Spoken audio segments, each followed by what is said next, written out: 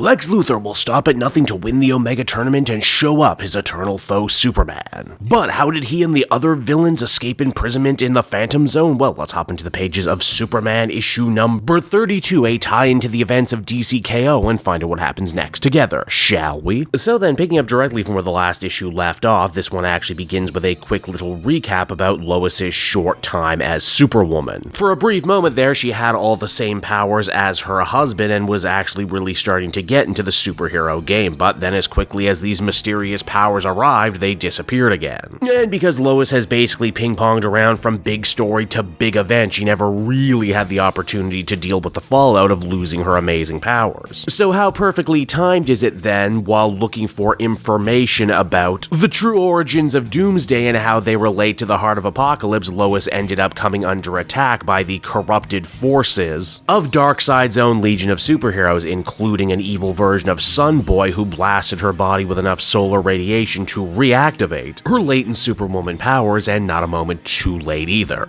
Now, Superwoman is actually only a small part of the story, as the real focus for this tie-in issue deals with Lex Luthor. You'll remember that Lex and Superman had actually been on pretty good terms for a long period in this new book, before eventually having a falling out that ended with Lex putting himself into a self-imposed exile. Not exactly something a man whose heart was still 100% set on villainy would do, right? Well, this issue goes a great way to explain what exactly is going on in Lex's head. And, well, color me surprised, but the biggest takeaway from this story is that Lex is actually quite hurt and offended that Superman, after everything they had been through together and all the hard work they had done, didn't actually bother to go to him for help when it came to dealing with this whole Darkseid Omega heart crisis. As Lex puts it, oh sure, we were fighting, we weren't seeing eye to eye, but I thought we were past all that. I mean, this is the fate of the world we're talking about here. I live in the world. Why wouldn't you let me help? Furthermore, Lex actually knew way more about the incoming tournament and the stakes thanks to Gorilla Grodd, who, using an old psychic link that the Justice League didn't know about, was actually able to get Lex up to speed on everything that was going down between the heroes and the Time Trapper, up to including the League's plan to arrest and put all of Earth's supervillains in the Phantom Zone for their own safekeeping. Once again, Lex was quite insulted by this choice. If this really is going to be a tournament to the death where a person who best embodies Darkseid has an edge over winning, why wouldn't the superheroes want the villains on their side? I mean, it only makes sense. Earth would probably be better kept in the hands of a villain, because unlike Superman and his ilk, a villain wouldn't pull their punches when the time actually came. Furthermore, Lex used hard light constructs to smuggle several of the villains involved in the tournament out in time for them to make their own game plan. Though, admittedly, this does perhaps end up creating a little bit of discontinuity, as Lex in the pages of DCKO number 2 talked about all the time he spent in the Phantom Zone. I suppose he could have just been lying to try and make Superman feel bad. It's just a pretty huge departure from the big impassioned speech that Lex gave in that book. Oh, and also the Joker just invites himself to the meeting too when he hears that the old Legion of Doom is getting back together, and honestly, I love this kind of Joker who just shows up and hijacks other people's plans and stories. And because this tie-in issue, much like the previous one, takes place before, during, and surprisingly after the events of DCKO 2, we get even more of a chance to hear Luthor in his internal monologue talk about why he thinks he is best suited to win this tournament and become the new King Omega. You see, unlike Superman, who is so good and moral and upstanding, he's going to waste his time and his shot trying to make sure as many of his friends survive, while Luthor, on the other hand, feels no connection to the Legion of Doom, and is perfectly okay sacrificing them like you would pawns on a chessboard. Geez, you know what, with that kind of sociopathic disregard for human life, even super-villain life, it's no wonder Superman didn't want to talk to you. Now, back over with Superwoman and Superboy Prime, Lois says that they need to get this game-changing information about the true nature of Doomsday to Clark in this death tournament before it's all too late. For what it's worth, Superboy Prime's reaction is 100% priceless. Really? They're having a death tournament and they didn't invite me? But I'm like the ultimate edgelord, I'm so good at killing people. Or like, I was before my speed run to redemption, now I'm a good boy. Before they can even think about entering the tournament, though, they're still going to have to deal with the forces of the Dark Legion, who have not only returned, but in bigger numbers. Lois tries her best to put up a strong front, but unfortunately she ends up getting overwhelmed. Thankfully, Superboy Prime leaves and returns soon after with reinforcements. reinforcements. And hey, wouldn't you know it, it's Superman, but it can't possibly be, right? He's busy fighting in the Omega Tournament. Well, it isn't Superman. Who he is, though, is actually quite interesting. You see, it's a robot Superman. No, not the cyborg Superman, but one of the many robot Supermans that Clark used over the years to help protect his secret identity. Of course, Superboy Prime would know all about these guys because it's the sort of deep-cut comic book nerdery that he's pretty much entirely known for. With the new robot Superman's help, Superwoman and Superboy Prime think that they can deliver this also important game-changing information to the proper ears, but before they can even think about Superman, they gotta find the Time Trapper. And they better hurry too, because as the comic comes to a close, we're reminded that Time Trapper Doomsday was attacked by Booster Gold, who was revealed to actually be Darkseid in disguise. And so that was Superman issue number 32, everybody, and I gotta say, as far as tie-ins go, this is certainly one of the better ideas I've seen for one, even if occasionally the story is a little all over the place. I really do appreciate Williamson going above and beyond to really sell Luthor's actions in the pages of DCKO. It seemed like he had come so far in the pages of this book, only to return to a more traditional villainous form for the event itself, and I'm glad that this book goes out of its way to really try and get into the psychology of why Luthor would do what he did, and how it surprisingly more than anything actually ends up coming from a place of hurt. I also didn't really cover it, but we even get some sneak peeks about what might be coming in the next installment of DCKO as we see Superman and Lex take part in some best of 3 one-on-one combat scenarios. Superboy Prime also ends up lending a lot of fun and levity to the story. I absolutely love the idea that he is so very aware that he is in a big DC event right now and everything that means. Overall, I think I'd feel comfortable giving this one another very well-deserved 8 out of 10, and man, if all of these DCKO tie-ins keep this level of quality, I think we're going to be in for a really good time.